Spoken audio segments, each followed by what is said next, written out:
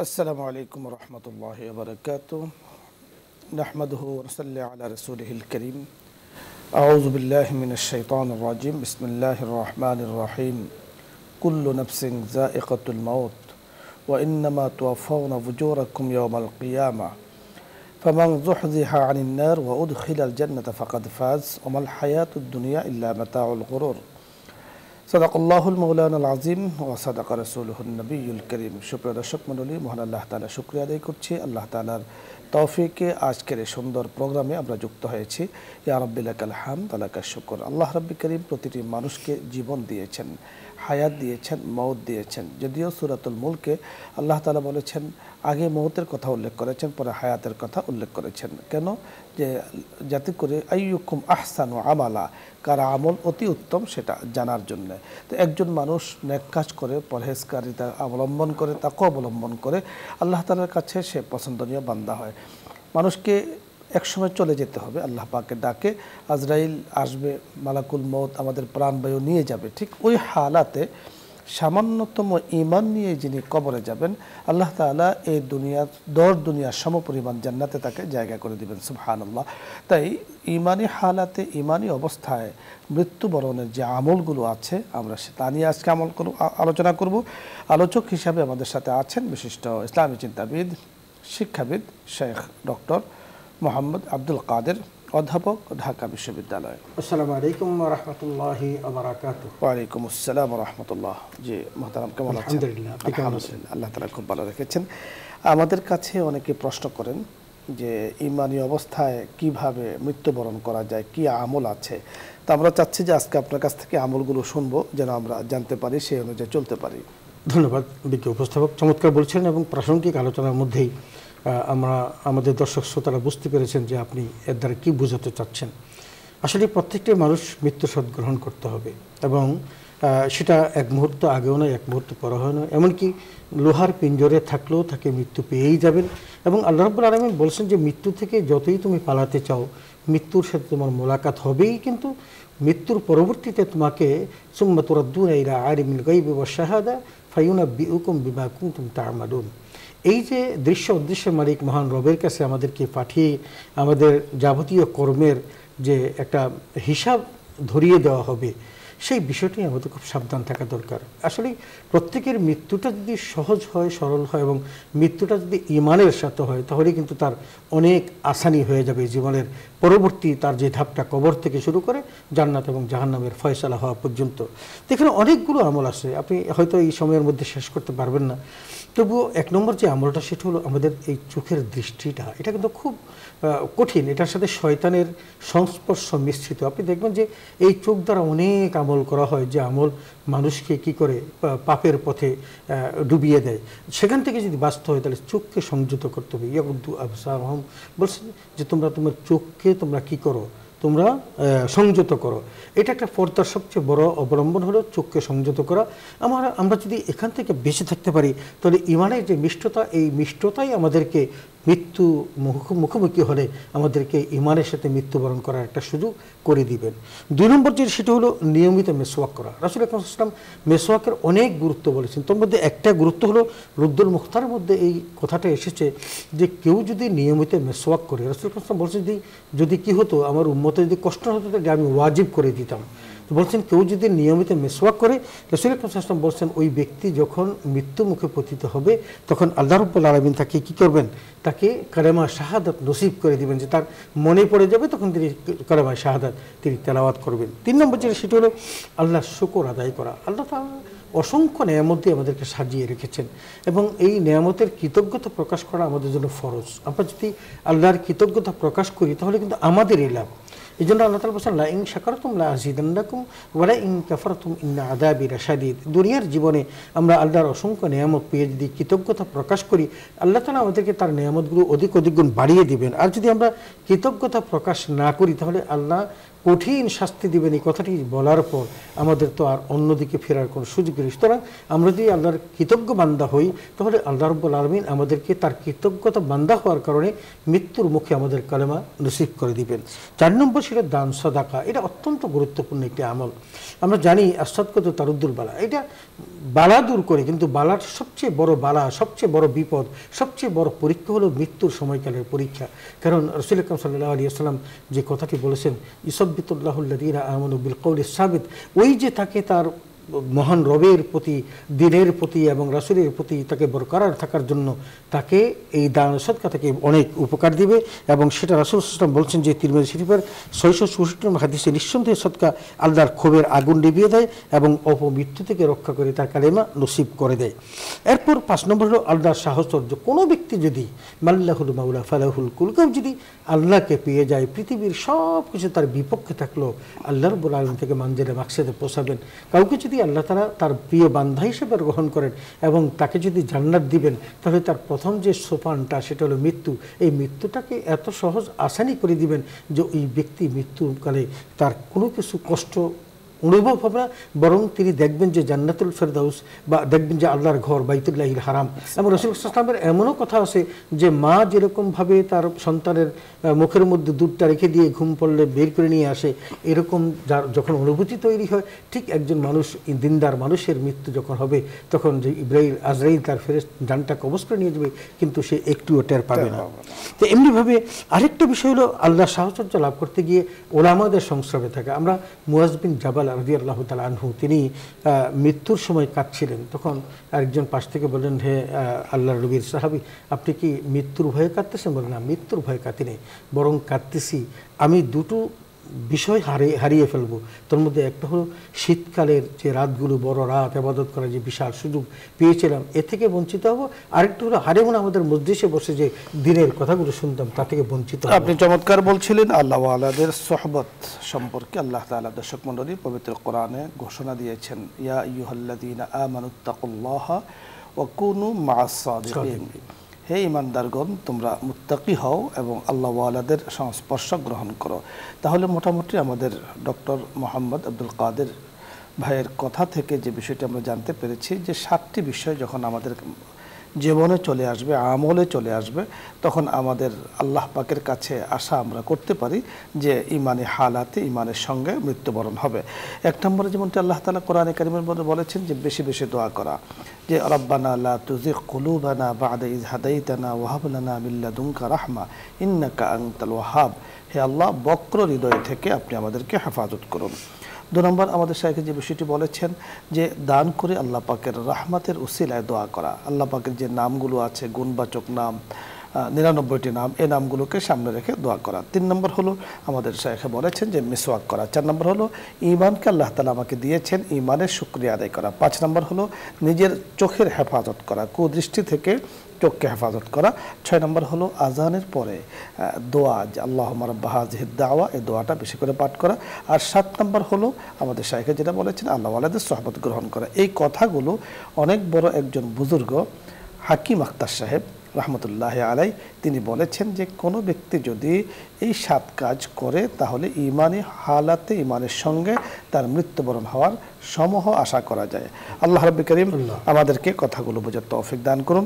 আমি শাইখের কাছে খুব ছোট্ট করে যে বিষয়টি জানবো, যে আল্লাহ ওয়ালাদের সোহবত বা সংস্পর্শ গ্রহণ করা, এবং আপনি এক সাহাবীর কথাও বলেছেন, হযরত মুআয ইবনে জাবাল রাদিয়াল্লাহু তাআলা আনহু, যে এই বিষয়টা আমাদের কাছে একটু ক্লিয়ার করে বলবেন কিনা, যে আল্লাহওয়ালা বলতে আমরা আল্লাহওয়ালাদেরকে চিনব কিভাবে, বা তাদের সংস্পর্শ গ্রহণ করাটা আমরা কিভাবে করব? আসলে আমরা রাসূল আকরাম সাল্লাল্লাহু আলাইহি ওয়াসাল্লাম যেটা বলেছেন সেটা আল উলামা ওয়ারাসাতুল আম্বিয়া। আরেকটা জায়গাতে কোরআন কারীম আল্লাহ নিজেই বলেছেন যে ইন্নামা ইয়াখশাল্লাহা মিন ইবাদিহিল উলামা। এই যে উলামা শব্দটা বলেছেন, সব জায়গাতেই বলেছেন, সেটা হলো যারা আল্লাহ ওয়ালা মানুষ, যারা দ্বীনি ইলমে শিক্ষা করেছে এবং তার উপর তারা বরকরার আছে। এমন বহু লোক আছে যারা এই দ্বীনি ইলম শিখেছেন, কিন্তু তাদের প্র্যাকটিসের সাথে সেটা কোনো সম্পর্ক নেই, তারা নয়। যারা দ্বীনি ইলম শিখেছেন এবং সেটা প্র্যাকটিস করেন, কোরআন সুন্নাহ মোতাবেক জীবন গঠন করেন, এবং আল্লাহর যে সমস্ত হুকুম আহকামগুলো আছে এগুলোকে যথাযথভাবে মেনে চলে। যথাযথ আপনি বলছিলেন। দর্শক মণ্ডলী, আপনারা বুঝতে পেরেছেন, প্রশ্নের জন্য অপেক্ষায় আছেন, আপনাদের কাছে আসবো, এখন প্রশ্ন নিয়ে কথা বলবো। প্রথমে যিনি আছেন, আসসালামু আলাইকুম ওয়া রাহমাতুল্লাহ। দর্শক, নাম বলে পরিচয় দিয়ে প্রশ্ন করুন। আসসালামু আলাইকুম।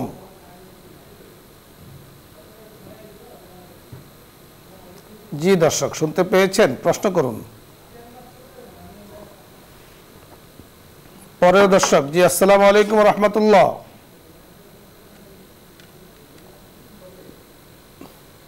সম্ভবত দর্শক আপনি চেষ্টা করছেন, কানেকশন পাচ্ছেন না, এরপরে যিনি অপেক্ষায় আছেন। আসসালামু আলাইকুম রহমতুল্লাহ। দর্শক আপনার পরিচয় বলে প্রশ্ন করুন। আসসালামু আলাইকুম হুজুর। ওয়ালাইকুম আসসালাম। মাসুম কুমিল্লা ধর্মপুর থেকে।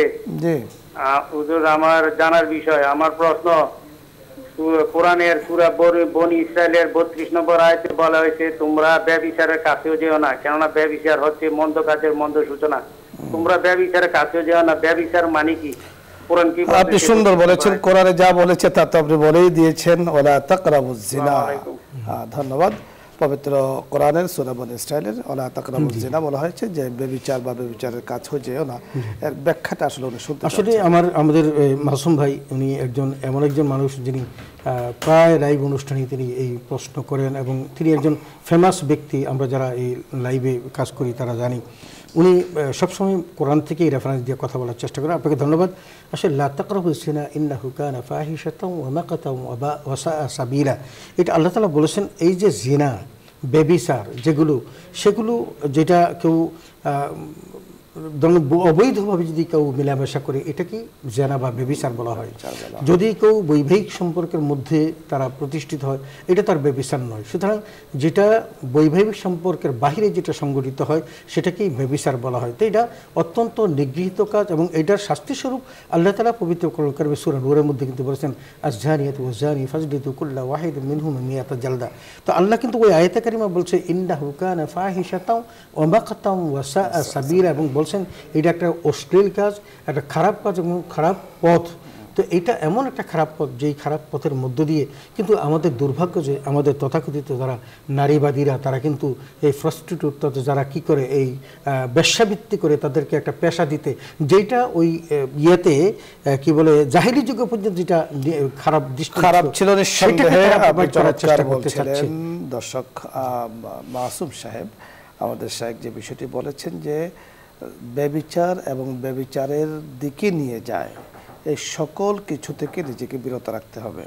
অর্থাৎ জেনা কিতাবের পরিভাষায় বলা হয় দাওয়ায়ে জেনা, অর্থাৎ কুদৃষ্টি, কুচিন্তা, এই ধরনের সকল কাজ থেকে নিজেকে বিরত রাখতে হবে, কারণ এগুলো সরাসরি অন্যায়, অশ্লীলতা, কোনো সন্দেহ নেই।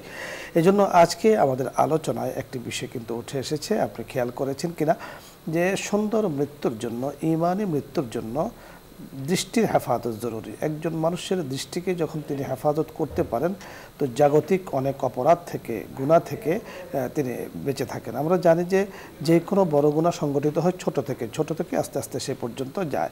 এজন্য আল্লাহ রাব্বুল কারীম আমাদেরকে সব ধরনের অশ্লীলতা, গর্হিত অন্যায় কাজ থেকে বিরত রাখুন। ধন্যবাদ আপনাকে। পরের দর্শক, আসসালামু আলাইকুম রহমতুল্লাহ। জি ওয়ালাইকুম আসসালাম হুজুর। আপনি প্রশ্ন করুন। আমার কোনো প্রশ্ন নেই, আমার জন্য একটু দোয়া করবেন। আমি মানসিক এবং শারীরিক অসুস্থ। আল্লাহ পাক আপনাকে সুস্থতার নিয়ামত দান করুন। পরের দর্শক, আসসালামু আলাইকুম। আল্লাহ পাক আপনাকে সুস্থতার নিয়ামত দান করুন। আসসালামু আলাইকুম। জি টিভির ভলিউম কমিয়ে প্রশ্ন করি। আসসালামু আলাইকুম। ওয়ালাইকুম আসসালাম। হুজুর, আমার একটা প্রশ্ন, আমরা মক্কা মদিনায় দেখি ওযু করার পরে ওই যে মাথা করে সেটা হিজাবের উপর দিয়ে ওই করেছেন, এটা কি মানে সহিহ হবে? জি আমরা বুঝতে পেরেছি, আপনি শুনতে থাকুন। জি আসলে এটা হলো যে এক জাতীয় মোজা আছে যে মোজাগুলো একটু ভারী, এবং এটাকে শরীয়তের ভাষায় এমন বলা হচ্ছে এমন মোজা যে মোজা দিয়ে খালি পায়ে হাঁটলে 1.5 কিলোমিটার পর্যন্ত হাঁটার পরও তার তলাতে কি হয় না, কোনো ছিদ্র হয় না বা হয় না। এই জাতীয় মোজা যদি কেউ ব্যবহার করেন, তারা একবার যদি তারা উজু করে ব্যবহার করেন তাহলে মুকিম অবস্থায় 24 ঘন্টা, আর যদি সফর হালতে থাকেন তাহলে 72 ঘন্টা পর্যন্ত তারা পা না ধুয়ে শুধু মোজা মাসাই করলেই শরীয়তে এক কথাই হলো চামড়ার মোজা। এবং কিতাবের মধ্যে আমরা যেভাবে দেখেছি যে মাসাহ আলাল খুফাইন, মোজার উপরে মাসাহের যে বিধান তার সেই বিষয়টি তো এটা শুধু মক্কা মদিনায় নয়, এই মাসআলা আমাদের দেশে আমাদের দেশেও অনেকে এই কাজটি করতে চান। আপনিও যদি তার উপর আমল করতে চান, সুযোগ কিন্তু আছে।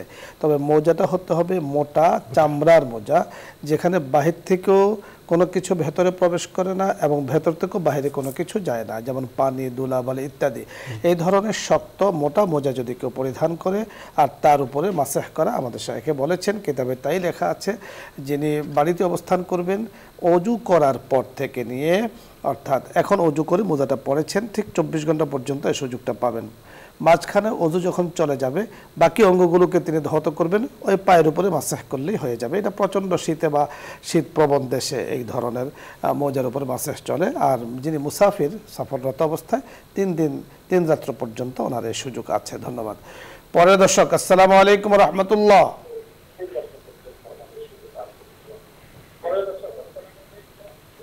আসসালামু আলাইকুম। ওয়ালাইকুম আসসালাম। হুজুর, আমার 2টা প্রশ্ন। জি বলুন। প্রথমত প্রশ্ন হচ্ছে, আমরা ফরজ নামাজের সময় কি নিয়ম হচ্ছে যে আমরা দাঁড়িয়ে নামাজ আদায় করি, তো আমরা যে ওয়াজিব নামাজ যেটা কি বেতের নামাজ, এটা কি আমরা কি দাঁড়িয়ে আদায় করতে হবে না বসে আদায় করতে হবে?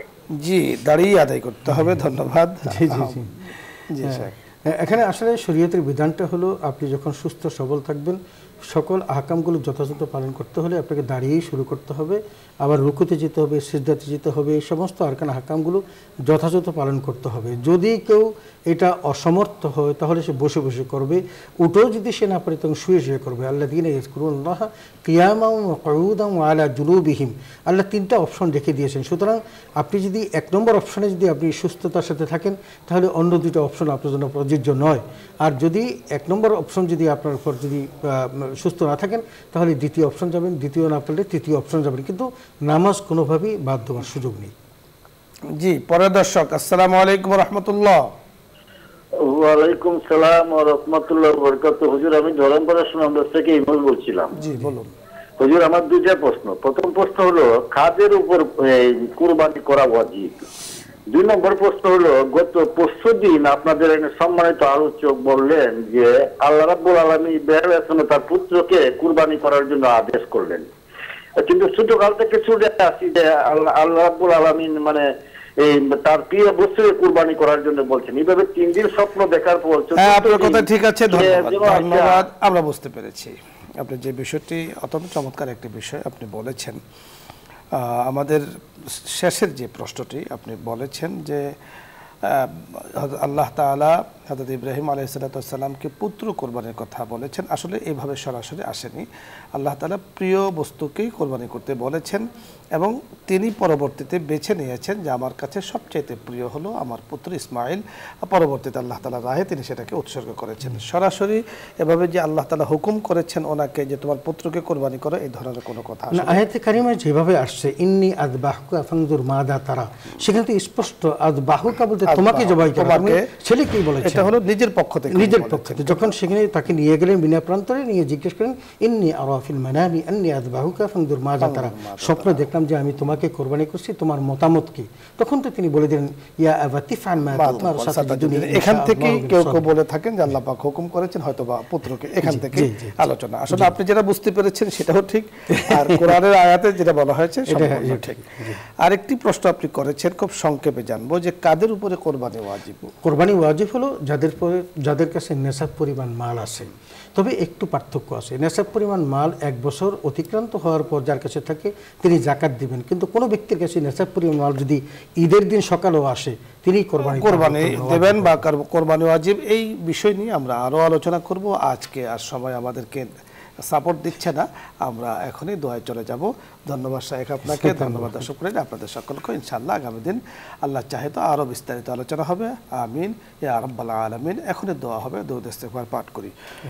اللهم صل على سيدنا ونبينا وشفيعنا وحبيبنا مولانا محمد صلى الله عليه وسلم. استغفر الله استغفر الله استغفر الله استغفر الله ربي. اللهم آمين. ربنا ظلمنا أنفسنا وإن لم تغفر لنا وترحمنا لنكونن من الخاسرين. ربنا أفرغ علينا صبرا وثبت أقدامنا وانصرنا على القوم الكافرين. রব্বিরহামহুমা কামা রব্বায়ানি সগীরা। রব্বুল আলামিন মৃত্যুকালে আল্লাহ ঈমানের সাথে মৃত্যুবরণ করার জন্য যে আমলগুলো নিয়ে আলোচনা হলো, রব্বুল আলামিন আমলগুলোর প্রতি আমাদের সকলকে আমল করার তৌফিক দান করো। রব্বুল আলামিন যা কিছু আলোচনা করেছি ভুল ত্রুটি ক্ষমা করে দিয়ে তোমার বাকি সবটুকু তোমার হাবিব মুহাম্মদুর রাসূলুল্লাহ সাল্লাল্লাহু আলাইহি ওয়াসাল্লাম রওজা মুবারকে পৌঁছায়া দাও। तमाम अम्बिया कराम सिद्दीकीन शुहदा सालिहीन तमाम सहाबाए कराम ताबिईन ताबे ताबिईन उलमा मुतक़द्दिमीन मुताअख्खिरीन का ওয়াফাকে পৌঁছায়া দাও। রব্বুল আলামিন যারা হাত তুলেছে আল্লাহ, দেশ বিদেশ থেকে যারা আমাদের সাথে হাত তুলেছে আল্লাহ, প্রত্যেকের মা বাবা ভাই বোন আত্মীয় স্বজন যারা গহীন অন্ধকার কবরে শায়িত আল্লাহ, তামামের রূহে মুবারকে সবগুলো পৌঁছায়া দাও। রব্বুল আলামিন মেহেরবানি করে আল্লাহ আমাদের প্রত্যেকের মা বাবা ভাই বোন আল্লাহ মেহেরবানি করে যারা গহীন অন্ধকার কবরে এতিম হয়ে শায়িত আল্লাহ, বিশেষ করে আল্লাহ এই বসুন্ধরা গ্রুপের কর্ণধার তার আত্মীয় স্বজন যারা গহীন অন্ধকার কবরে শায়িত তামামের রূহে মুবারকে সবগুলো পৌঁছাইয়া দাও। রব্বুল আলামিন হাদিয়াগুলোর বরকতে কিয়ামত পর্যন্ত তাদের কবর আযাব মাফ করে দাও। আল্লাহ তাদের কবরগুলোকে রওজাতুম মিন রিয়াজিল জান্নাত বানাইয়া দাও। রব্বুল আলামিন তাদের কবরগুলোকে নূরুম মিন আনওয়ারিল জান্নাত বানাইয়া দাও। আল্লাহ কবরে রেখে জান্নাতের সকল নিয়ামত তাদের নসিব করে দাও। রব্বুল আলামিন কবর হাসর মিজান ফুলসিরাত পার করে সকলকে জান্নাতুল ফিরদাউসে পৌঁছাইয়া দাও। রব্বুল আলামিন আল্লাহ বসুন্ধরা গ্রুপের আল্লাহ সকল প্রতিষ্ঠানগুলোকে আল্লাহ সাফল্যের সাথে তারাক্কির সাথে বৃদ্ধি করার তৌফিক দিয়া দাও। রব্বুল আলামিন সেহরমন মহোদয়ের হায়াতে তাইয়্যিবা দান করো। আল্লাহ সকল প্রকার বিপদ আপদ বালা মুসিবত থেকে হেফাজত করো। রব্বুল আলামিন যারা হাত তুলেছি আমাদের প্রত্যেকের জীবনের সকল গুনাহগুলো মাফ করে দাও। আল্লাহ বাকি জিন্দেগির জন্য হেদায়েত নসিব করে দাও। আল্লাহ যারা হাত তুলেছে সকলকে তুমি সম্মানজনক রিজিকের ব্যবস্থা করে দাও।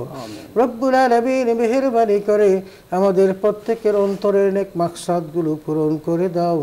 আল্লাহ যত রকমের অভাব রয়েছে আমাদের যাবতীয় অভাব তুমি দূর করে দাও। আল্লাহ আমাদেরকে মান ও সম্মান ইজ্জতের সাথে বেঁচে থাকার তৌফিক দিয়া দাও।